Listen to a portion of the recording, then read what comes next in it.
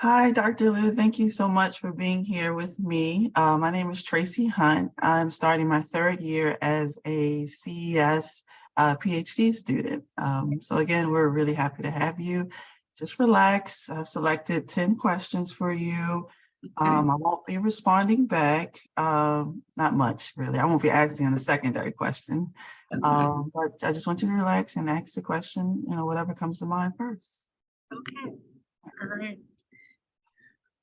So first question, what was your worst job? Worst job. Oh, I was a babysitter. I was a babysitter at one point during college. I stayed with this family for, gosh, I think it was a week. So I was staying there and taking care of the baby, full time, supposed to be. And it was miserable because I hated children at that point.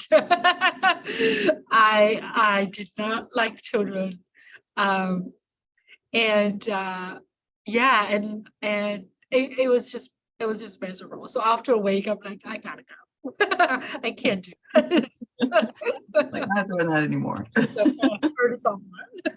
So they get out of there. Yeah, so I think that would be my worst job. Yeah. So often students visualize the glamour of your position, but do not recognize there's a price called sacrifice. What did or have you sacrificed for your current role? Oh, that's a good question. So I think this is, well, the first thing coming to my mind is just happening this week for me. So I do have a private practice, and I have responsibilities teaching as a faculty. So for instance, this week is the 6th week of the term. And this week, this term, I'm teaching 2 classes, and both classes have live discussion this week. So what that means is I have to put all my clients and discussions all together throughout the week because always wanted to reserve my weekends for the family. I don't want to do anything for the weekends. So that's the choices I make. So I have to put everything together in that way. And oftentimes those live discussions are doing after work hours or during nighttime so students can actually participate. I don't want the students to take their work hours to do that. So that being said, what happened this week is that, so today is Wednesday, right? I have been having live discussions for Mondays and Tuesdays, and today's the 3rd day. And the last time I saw my son, I see him every day, but last time I saw my son was Monday morning. Oh. So when I went home on Monday night, he was already asleep. And Tuesday morning, I had to leave early, so I didn't see him. Yesterday, when I went home, he was already asleep. So I didn't see him since Monday. And then this morning, I have another client in the morning, but I'm like, I'm gonna spend 5 minutes drinking my coffee with him. So he told me this funniest story he made up. So it was so cute. But those are the moments that I noticed that's the sacrifices sometimes I have to make as a faculty and as a clinician sometimes. It's that priority shifts sometimes. And I wish it can always stay with my children, my family, but that's not the reality. I have to shift. I have to be able to be okay with that. So I think that comes to my mind as far as sacrifice. Thanks for sharing. Third question. What is the first thing you notice when you meet someone?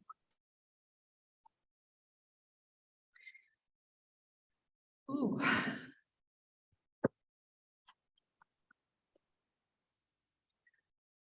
I think I'm a very observant person, so I notice a lot of things when I first meet with a person, especially their energy and then the attitude or the energy when they engage a conversation with me.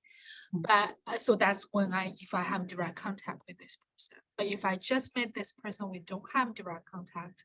Oftentimes, I think what I notice of me is how they dress or how they put themselves together. Mhm.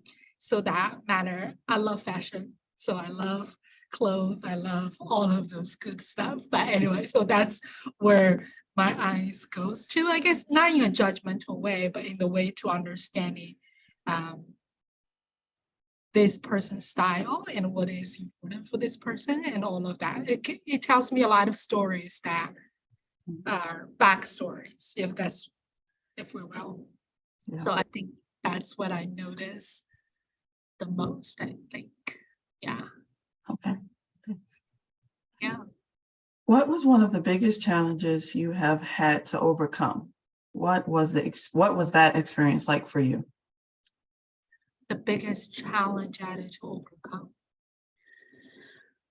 I think the biggest challenge for me is away from my family.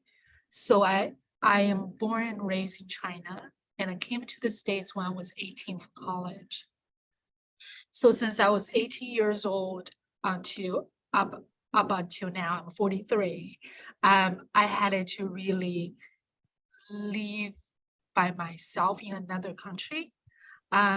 So that was particularly difficult for me in the beginning, to knowing all my family are still in China. They are still in China. And also creating my own family here in the States away from them. So I try to really dedicate my time during the summer to go back to visit. But also that is still difficult, right? So I invite my mom to come to visit and stay with us for a while so we can have that kind of contact. But I think that's the hardest for me to overcome. I still struggle with it, after all of those years. And I think I will continue to struggle with it. I think that is the hardest for me, because there's many, many times I just wanted to just go home. Yeah. Imagine. It's hard not to ask follow-up questions. What do others say is your best personal characteristic? Oh, say about me. Oh gosh, I have no idea. Might be something.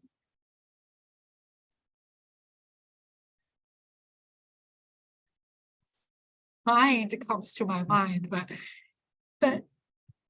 kind of can looks really differently, right? Could look compassionate, could looks I care, could looks I'm intentional, could looks a lot of type of form. So I don't know.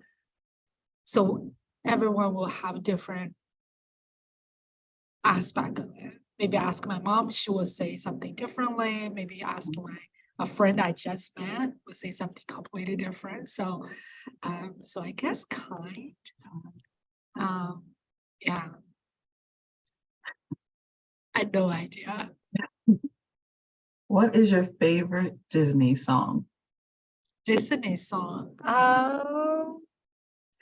Well, I don't watch a lot of Disney, but my daughter does.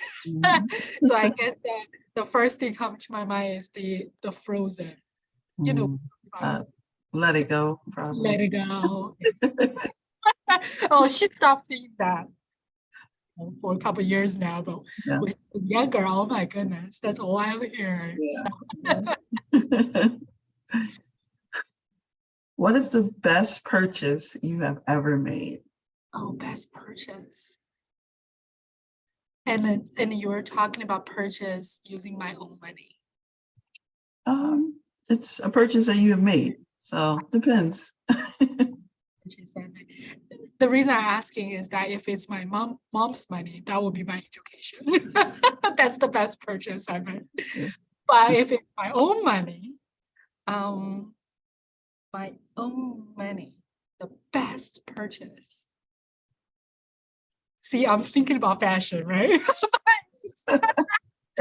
I understand. Not just that. Maybe the house. I mean, or I don't know, right? So, best purchase. Oh goodness, I sounds. um, best purchase. I'm sorry, I'm like Okay. up with this answer.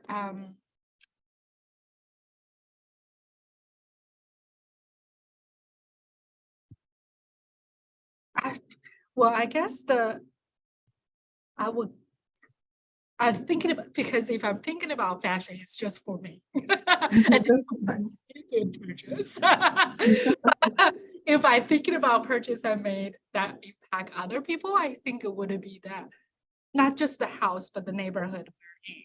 We're Okay. such lucky to have wonderful neighbors, and that we all have similar age children. So they're just every day when they come home from school, they're just like, Daddy, Mommy, we're going to Lily's house. And they're like, okay, see you later. And so it was just like so like that, and everyone in the neighborhood. So we just feel so lucky to really have this community of neighbors that we taking care of each other. Right? And the kids are actually having friends and best friends every day to play with. That's So I really think that is something that's really lucky. So I would say a purchase that it's like other people. It's that. yeah, that's good. What traditional stereotypes anger you? About my stereotyping or any stereotype Any. angers me. Mm-hmm. Woman has to stay at home and cooking and taking care of other people. That angers me. Yeah. That does. I think it's not because I don't enjoy doing this, but what angers me is that women doesn't have a choice. That's what angers me. It doesn't matter what is my choice. I could be choosing to stay at home and take care of my family if that's my choice. Perfect. But if I put in this position, feel like I have to do it, or it's my obligation, or it's a role that I was given, I have to fulfill, that angers me. Mm-hmm. Yeah. Yeah. So that's the first thing comes to my mind. Mm-hmm. Mm-hmm. I get that. How do you turn a safe space into a brave space? A safe space to a brave space. Mm-hmm. That's a good question. I think for me, if I think, okay, I have this tendency of something first coming to my mind, and if I think more on it and add more to it, okay. So this is just first thing coming to my mind, is that a safe space is somewhere depends on me, how I create that space. And because of this creation of that safe space, people will actually create their own space as a brave space, if that makes sense. Mm-hmm. So for instance, if me and my child, right? So if I create a space for them to be safe, so allowing them or giving them that space to express themselves and to do whatever they want to do to express themselves, and creates that safe space for them, that's on me, right? I initiate to creation of that space. And then if they experience that safe space and they feel like, oh, mommy creates this safe space for me and I feel safe, I feel like I can be myself, then they will be a brave person to actually try a lot of things in that space. So that's their initiation of creating this space actually being a brave space for them. They're actually going to go beyond what just safe, but try and really express themselves, really demonstrate who they are. Does that make sense? It makes sense. I appreciate that. Yeah. So that's the first thing I thought about it. Yeah, this sounds perfect, actually. Where do you see the greatest need for advocacy in our field? In our field, Mm-hmm. I think advocacy is everywhere. Um, it's every aspect of our body, of our life, because I'm a social construction postmodern therapist. So our society is created with those boxes, and we put people into boxes so we can feel safe. Oh, they belong to there. I know what to do. And because of those creation of those boxes, people feel trapped. People feel obligated. People feel like I have to be here because that's what society tells me to be. Mm-hmm. That itself needs advocacy. Yeah. The self needs breaking that boxes itself, and how we actually encourage individuals to really breaking the boxes for their own life. That itself is advocacy. So it could be as not as small, but somewhere from a woman doesn't want to cook every day to systemic racism. All of that are the boxes that we put people in. And I feel like if you are there, then I feel more safe. Mm-hmm. Yeah. So that's where the advocacy for me is, that I don't feel like there is one that stands out the most important. I think it's just everything every day of our client's life, and even our own life, how we advocate for them, how we advocate for ourselves. Yeah, so I think it's just every pieces of who we are. Mm-hmm. Mm-hmm. Does that make sense, Tracy? Yeah, it does. It makes a lot of sense. Yeah. Okay. Yeah.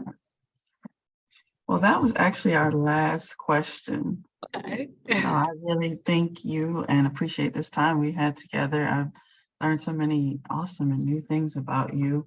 And I look forward to having future conversations with you as well. Absolutely. Looking forward to it too.